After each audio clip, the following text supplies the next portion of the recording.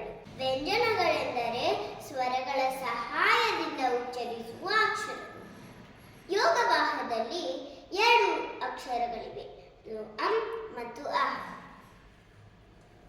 ಕನ್ನಡ ಒತ್ತಕ್ಷರದಲ್ಲಿ 2 ವಿಧಗಳಿವೆ, ಅದು ಸಜಾತಿಯ ಒತ್ತಕ್ಷರ ಮತ್ತು ವಿಜಾತಿಯ ಒತ್ತಕ್ಷರ. ಸಜಾತಿಯ ಒತ್ತಕ್ಷರದಲ್ಲಿ ಒಂದು ವ್ಯಂಜನಕ್ಕೆ ಅದೇ ವ್ಯಂಜನದ ಒತ್ತಕ್ಷರ ಇದೆ.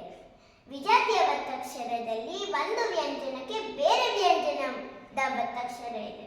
ಸಜಾತಿಯ ಒತ್ತಕ್ಷರದ ಉದಾಹರಣೆ: ಜ ಅಜ್ಜ, ಲ ಬೆಲ್ಲ. ವಿಜಾತಿಯ ಒತ್ತಕ್ಷರದ ಉದಾಹರಣೆ: ದ ಶಬ್ದ, ನ ರತ್ನ.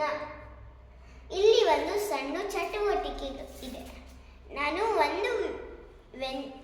ಒಂದು ವರ್ಣಮಾಲೆಯ ಅಕ್ಷರವನ್ನು ಹೇಳುತ್ತೇನೆ, ಅದರ ಒತ್ತಕ್ಷರವನ್ನು ಹುಡುಕಿ.